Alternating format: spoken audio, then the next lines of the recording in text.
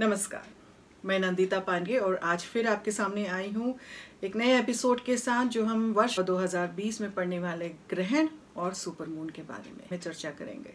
2019 के अंत की अगर हम बात करें तो वहाँ पे एन्युलर सोलर एक्लिप्स पड़ा हुआ था और 26 दिसंबर को हुआ था। तो सूर्य ग्रहण के 3 महीने पहले और 3 महीने बाद में कुछ न कुछ विपदाएं आती रहती हैं। लेकिन अगर मैं 2020 का आकलन करूं, वर्ष की शुरुआत से ही 26 दिसंबर को पड़ा हमारा सूर्य ग्रहण, धनु राशि में पड़ा था। वहां पे ऑलरेडी गुरु पीड़ित थे, इतने सारे ग्रह एक साथ पड़े हुए थे, उन सारे ग्रहों में भी ग्रहण का असर पड़ गया था। तो वो पूरा साल की शुरुआत ही उस ग्रहण के असर के साथ हमारी शुरू हुई। और 10 और 11 जनवरी का जो ग्रहण था, मिथुन राशि में ग्रहण था। राहु मिथुन राशि में पड़े हुए थे। राहु वायरस का कारक है, तो वहाँ पे ग्रहण बना था। राहु ने अपनी उच्चतम स्थितियां वहाँ दिखाने के बजाय अपनी नीच स्थितियां, जो वायरस से रिलेटेड स्थितियां हैं, उसका फैलाव दिखाना शुरू कर दिया। क्योंकि राहु मिथुन राशि में एक्सपेंशन का कारक हो जाता है। अब वो किसी भी चीज़ की एक्सपेंशन करे, है ना। तो यहाँ पे क्या हुआ, मानसिक तौर पे एक इल्यूजन ले आया और वायरस का फैलाव करा, क्योंकि यहाँ पे ग्रहण से ग्रसित हो गया था। बहुत सारे लोगों ने मुझसे प्रश्न किया था कि राहु जब मिथुन राशि में उचका है तो वो वायरस कैसे फैला सकता है। लेकिन यहाँ पे लोगों ने इस चीज को इग्नोर करा कि राहु ग्रहण से ग्रसित लगातार होता रहा। क्योंकि जब सूर्य ग्रहण भी पड़ा तो धनु राशि में पड़ा और राहु को डायरेक्टली वो ग्रहण देख रहा था, वहां से पीड़ित हुआ।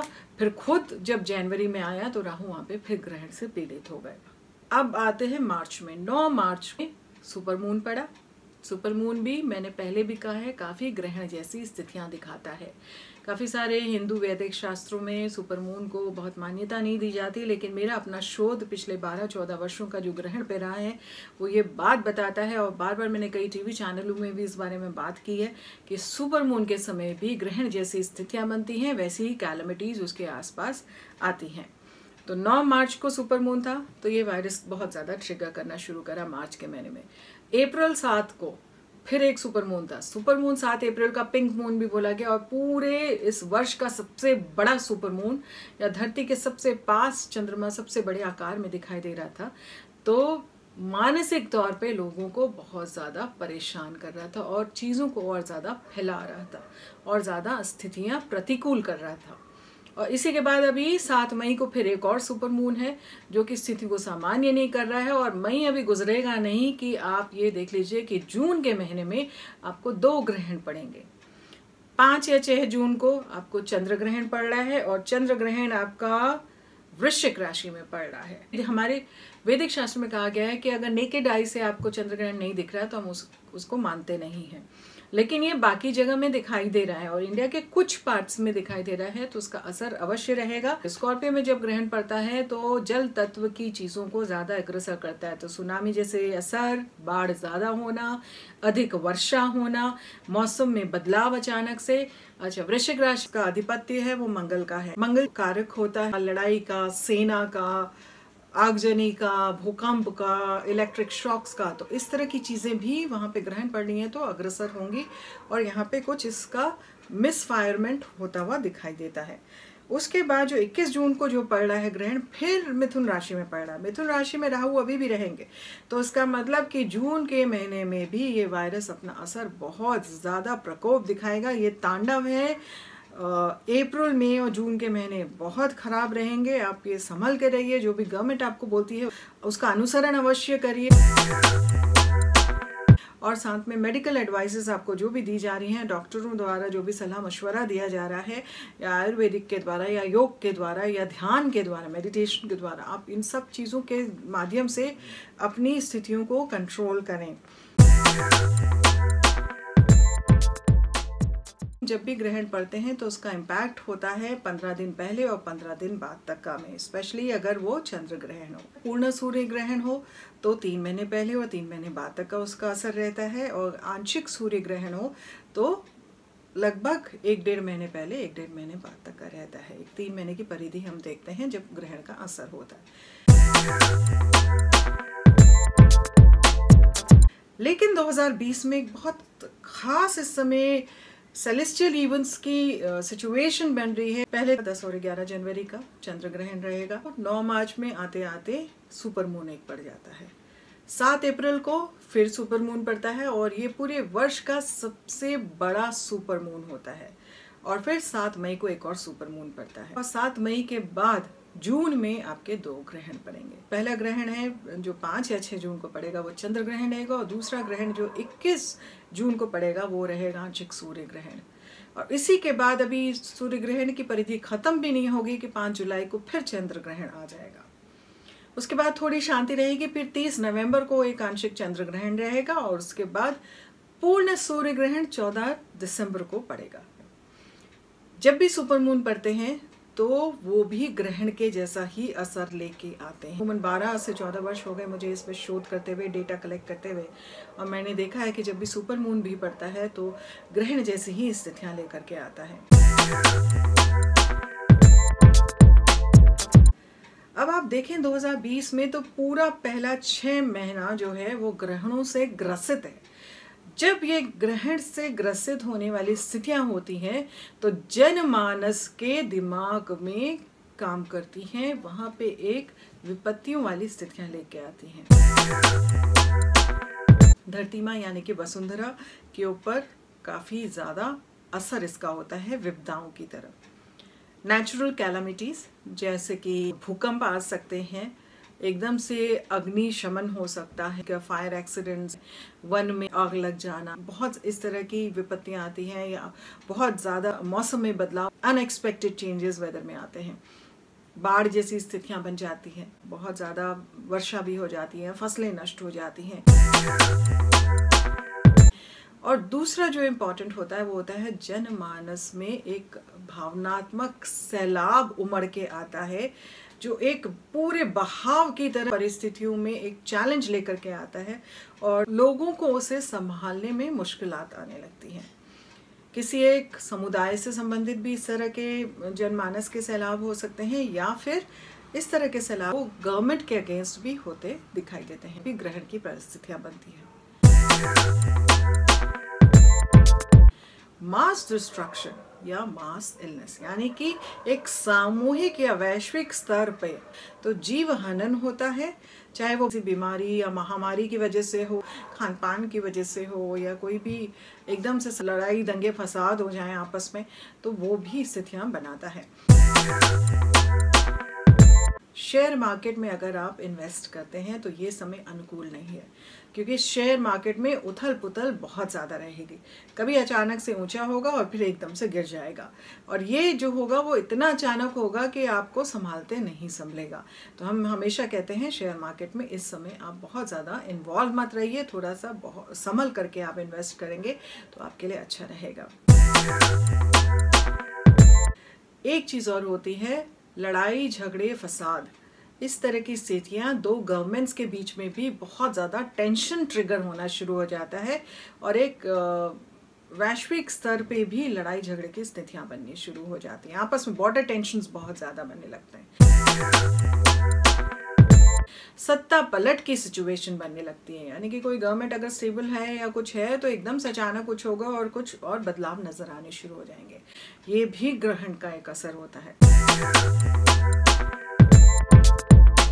और ग्रहण का एक असर जो मैं हमेशा बोलती रही हूँ, मुझे काफ़ी इस बारे में जब भी टीवी में डिबेट्स वगैरह हुई हैं तो लोग हंसे भी हैं, लेकिन मैंने हमेशा कहा था कि ग्रहण अगर बहुत स्ट्रांग है, उसके आसपास राजनेता की मृत्यु या किसी सेलिब्रिटी की मृत्यु ये इंडिकेट करता है ग्रहण में। तो ये जो ग्रहण का जो पूरा फेज चल रहा है, इसमें काफ़ी हद तक का बहुत सारी स्थितियाँ ऐसे बनेंगी जहाँ पे हो सकता है कि कोई इम्पॉर्टेंट पर्सनालिटीज़ की इस समय मृत्यु हो जाए। तो ये शोकाकुल स्थितियां काफी हद तक ग्रहण में होती हैं। जून के महीने में मुझे प्राकृतिक आपदाएं काफी अधिक होते हुए दिखाई देती हैं। सेनाओं से संबंधित भी प्रकोप रहेगा, आपसी बॉर्डर टेंशन्स बहुत ज़्यादा हो सकते हैं, टेररिस्ट अटैक्स टाइप की सिचुएशन बन सकती है, भावनात्मक तौर पे एक सामूहिक तौर पे भावनाओं में बहकर जनसलाब कुछ कृत्य कर सकता है जो कि प्रतिकूल हो, ऐसी भी स्थितियां बन रही हैं। साथ ही साथ मास डिस्ट्रक्शन या मास इलनेस, जीव जंतुओं का एक सामूहिक हनन, या फिर किसी बीमारी की वजह से या फिर किसी भी वजह से हनन, ऐसी भी स्थितियां बनती हैं। इस समय ग्रह भी जो पड़े हैं, प्लेसमेंट्स बहुत अच्छे नहीं पड़े हुए हैं। मंगल, शनि और गुरु एक साथ है। मैंने पहले भी कहा था, गुरु कारक होते हैं धर्म के, हैं सरकार के, आधिपत्य के, अबांडेंस के और ऑक्सीजन के। और जब बीच के हो जाते हैं तो इस तरह की चीज़ों में विपत्तियां लेके आते हैं। धार्मिक कृत्यों में, यानी कि धर्म से संबंधित कोई भी कार्य हो तो लोग इसको मिस इंटरप्रेट करेंगे। धर्मगुरु जो है वो अपने हिसाब से तोड़ मरोड़ करके सिचुएशन को प्रेजेंट करेंगे, जिसकी वजह से सामूहिक तौर पे कई लोगों का विनाश भी हो सकता है, या वो एक कारण बन जाएंगे लोगों का विनाश का। दूसरी चीज़ है कि उनको मिस इंटरप्रेट करा जाएगा। जैसे अभी ही पास में हुआ, पालघर में 2 साधुओं की बहुत ही गंदे तरीके से हत्या हुई, तो वो मिस इंटरप्रिटेशन था, उनको चोर समझा गया। वो साधु होते हुए भी चोर के आरोपित तथ्य पे होकर के उनकी हत्या हुई। तो आप ये सोचिए कि इस समय गुरु जो है नीच के हुए हैं, हालांकि नीच भंगे हो गए, लेकिन वो अपना असर अवश्य दिखाते हैं और इस तरह के प्रॉब्लम्स दिखाते हैं। मंगल सेना का कारक, मंगल पुलिस का कारक, मंगल गवर्नमेंट के डिसीजंस का कारक, जो उनके एक्शंस वाले डिसीजंस होते हैं उनका कारक। और उनके साथ किसका टकराव होगा? शनि का। शनि किसका कारक होता है? शनि जनता का कारक, लोअर क्लास जनता होती है, लेबर क्लास होती है, उनका कारक होता है। तो उनका और पुलिस का टकराव अप्रैल के महीने की शुरुआत से, जब से लॉकडाउन शुरू हुआ, कुछ इसी तरह की एक आपसी टकराव रहा। जन सलाह लेबर क्लास ही उन्होंने बिना लॉकडाउन का अनुसरण करे हुए और पूरे सामूहिक तौर पे निकले। तो आप ये सोचिए कि ये बीमारी कितने हद तक अभी धीरे धीरे पता चलेगी, फैलेगी, और पुलिस उसको कंट्रोल नहीं कर पाई। तो कई जगह में NSA लागू हुआ, कई जगह में कंट्रोल करने की कोशिश करी। डॉक्टर्स पे जन समाज ने मारा, पुलिस पे मारा गया। जो डिसीजन मेकर हैं, जो आपको बचा सकते हैं, जो सरकार है, उसके अगेंस्ट में लोगों ने रिएक्ट करा। तो ये शनि, मंगल और गुरु का असर, और ऊपर से ग्रहण का असर। जून के महीने कि सोलर एक्लिप्स पड़ रहा है, उसके बाद अभी 21 जून को ख़त्म सोलर एक्लिप्स का इम्पैक्ट भी नहीं होगा कि 5 जुलाई को चंद्र ग्रहण फिर से पड़ जाएगा। तो ये जो स्थितियां हैं, ये बहुत नाजुक स्थितियां हैं। इस समय ग्रहण जब भी होता है, बॉर्डर टेंशन्स होते हैं, प्राकृतिक आपदाएं आएंगी किसी भी फॉर्म में, चाहे अर्थक्वेक हो। सुपरमून का एक हफ्ता भी नहीं बीता था और दिल्ली में 2 लगातार अर्थक्वेक आने शुरू हुए। तो ये सारा असर ऐसा होता है जब भी ग्रहण या सुपरमून होते हैं। समय समय अनुकूल नहीं है, अपनी शांति बरतनी चाहिए, संयम बरतना चाहिए। मास डिस्ट्रक्शन होता है, एक सामूहिक तौर पे किसी तरह की महामारी आ जाती है, या फिर किसी राजनेता की मृत्यु हो जाती है, या फिर कोई सेलिब्रिटी की डेथ हो जाती है, या गवर्नमेंट चेंज हो जाती है, या एक युद्ध की जैसी स्थितियां बन जाती हैं आपस में, 2 देशों में, या फिर बॉर्डर्स में टेंशन्स बन जाते हैं। टेररिस्ट टाइप की जो नेगेटिव एनर्जीज होती हैं वो ज़्यादा एक्टिवेट होनी शुरू हो जाती हैं इस समय। तो धनु राशि में, वृश्चिक राशि में, मिथुन राशि में, पूरे साल भर में जितने भी ग्रहण पड़े हैं उनमें ज़्यादा असर है। धनु राशि फायर राशि है, तो अग्नि तत्व से संबंधित ज़्यादा एकदम से बिल्कुल फैलाव करती है। स्कॉर्पियो क्या होती है? थोड़ा सा हिडन राशि होती है, एकदम से चीज़ें नहीं लेके आती, लेकिन जल तत्व की राशि है, तो साइक्लोनिक स्टेट, इस तरह की चीज़ें भी उस ग्रहण के आसपास बनेंगी। 30 नवंबर को चंद्र ग्रहण पड़ेगा, वो आंशिक पड़ेगा, और फिर उसके बाद 14 दिसंबर को ग्रहण पड़ेगा, वो पूर्ण सूर्य ग्रहण पड़ेगा। वो पूर्ण सूर्य ग्रहण अगेन वृश्चिक राशि में पड़ रहा है, बहुत खतरनाक स्थितियां लेकर के आएगा। आगजनी, भूकंप और साथ ही साथ फ्लड जैसी स्थितियां, साइक्लोनिक स्टेट, सुनामी जैसी स्थितियां भी बन सकती हैं, या बहुत कस के एक युद्ध जैसी स्थितियां भी यहाँ पे 14 दिसंबर से आप ले लीजिए कि नवंबर, दिसंबर, जनवरी का ये जो महीना है, ये बिल्कुल ही 2021 तक का में भी प्रकोप से रहेगा। तो बीच के ही 2-3 महीने सितंबर, अक्टूबर थोड़ा सा शांतिपूर्ण है, पर पूरा साल 2020 क्योंकि ग्रहण से ग्रसित है तो काफ़ी कष्टमयी स्थितियाँ रहेंगी। ग्रहण में काफ़ी कुछ अच्छी चीज़ें भी आप कर सकते हैं। वो सबसे ज़्यादा इम्पोर्टेंट जो चीज़ होती है वो होता है रुद्राक्ष का धारण करना, मानसिक जप करना। जितना आप ध्यान करते हैं ग्रहण के समय पे, उतना ज़्यादा आपके लिए पॉजिटिव एनर्जीज आपके अंदर आती हैं। मंत्र जब आप जपते हैं तो वो मंत्र जो होता है कई गुना फल आपको देता है। इस समय ध्यान करें, मानसिक जप करें और स्थितियों को अनुकूल बनाने की कोशिश करें। आप रुद्राक्ष का धारण करें, आप जो किसी भी माला को सिद्ध करना उस माला पे जप करें। इस समय अच्छी चीज़ें भी होती हैं ग्रहण में, उसको भी आप कर सकते हैं। और सबसे इम्पॉर्टेंट कुछ एक नियम होते हैं हमारे ग्रहण में, थोड़ा सा फॉलो करिए। बहुत ज़्यादा बाहर उस वक्त में मत जाए। खान पान का आप जो ग्रहण से संबंधित हम हमेशा बोलते हैं वो करिए। बाकी मैं ब्लॉग में डिटेल्स में लिखूंगी कि आप क्या कर सकते हैं क्या नहीं कर सकते ग्रहण में, तो उसको भी अवश्य फॉलो करिए। कि धुनी जला करके चारों तरफ घुमाएंगे, नमक के पानी का स्नान करेंगे, तो ये आपकी ऑरा को क्लीन करता है। जितनी आपकी ऑरा क्लीन रहेगी उतना ज़्यादा ही आपका तन मन धन शुद्ध रहेगा, एक माइंड बॉडी एंड सोल का बैलेंस रहेगा, और किसी भी प्रकार की विपदाएं या आपदाएं आपके ऊपर असर कम करेंगी या नहीं करेंगी। ग्रहण के वक्त में दान अवश्य करें। 7 अनाज का दान तो सबसे अच्छा होता है। 7 प्रकार के अनाज लेकर के अपने से उतारा करके ग्रहण के पश्चात आप उसको दान कर दें। ग्रहण के टाइम पे उसको अपने घर पे मंदिर में रखें। लेकिन आप जब भी किसी को दान करें तो ध्यान रखें, सफाई कर्मचारियों को दान करना सबसे बेहतर होता है, या किसी भी गरीब को जो बहुत ज़रूरतमंद है उसे अवश्य दान करें। जब भी आप दान करें तो मन में प्रार्थना करके दान करें कि जो भी इस भोजन का भोग करे उसको ईश्वर की कृपा उसके ऊपर पड़े। तो छोटे छोटे से उपाय भी हैं जो आप कर सकते हैं इस वक्त में। लेकिन सॉल थेरेपी आप अवश्य करिए। सॉल थेरेपी डिटेल्स में लिखा हुआ है मेरी वेबसाइट में www.nanditapandey.biz, आप उसमें फॉलो कर सकते हैं। और नमक के पानी के स्नान ही मैंने बहुत शोध किया हुआ है पिछले 14 साल से, जब से टीवी में आती रही हूँ मैंने इस बारे में बोला है। बहुत स्ट्रॉन्ग डेटाबेस है कि ये आपकी ऑरा को क्लीन करता है। साइंटिफिकली भी अब ये प्रूवन है कि नमक के पानी के स्नान से आपकी ऑरा क्लीन होती है, आपका तन मन धन शुद्ध होता है। लेकिन उस स्नान को पूर्ण तरीके से कैसे किया जाए ये मेरे ब्लॉग में लिखा है, मेरी वेबसाइट में लिखा है, उसको अवश्य फॉलो करें। और उसके लिए मैं एक अलग से सेपरेट एपिसोड बना दूंगी, उसको आप फॉलो कर सकते हैं। आपके लिए स्थितियाँ बहुत अनुकूल हो जाएंगी।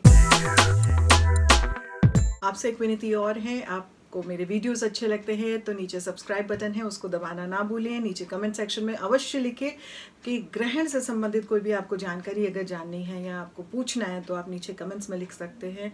आपकी मदद अवश्य करने की कोशिश करेंगे कि उसका समाधान आपको दे पाए। अभी के लिए दीजिए इजाजत। Stay blessed, God bless you. आत्मा नमस्ते।